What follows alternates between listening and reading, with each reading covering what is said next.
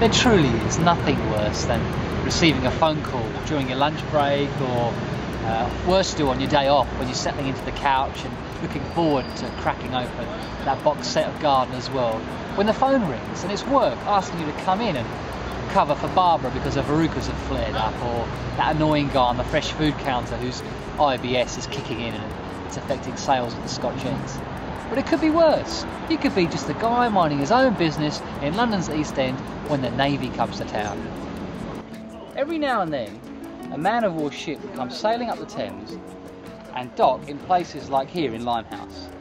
And when men saw this great beast coming up the silvery path, they would flee sometimes as far as the countryside to avoid an altercation with the press gangs.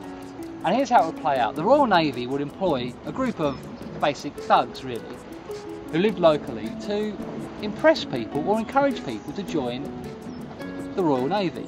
And if these men were lacking in some sort of patriotic zeal, they could be encouraged by being drugged, plied with alcohol, knocked unconscious, dragged onto the ship, or even tricked. And one tale of being tricked is that they used to take a king's shilling, which was the pay for being in the Navy at the time, and they would slip it into your pocket when talking to you in a pub, or drop it into your tankard of beer.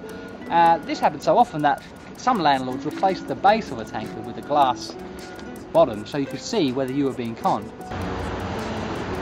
During the 1800s, over half of the Navy were people who had been impressed into serving.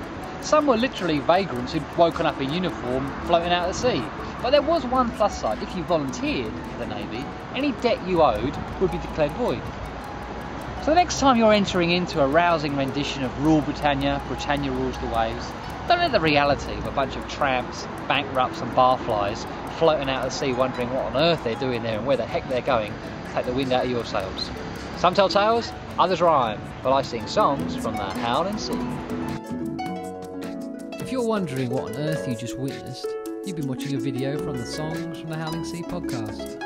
Each week I release a song and a video about a person or a subject from London's East End.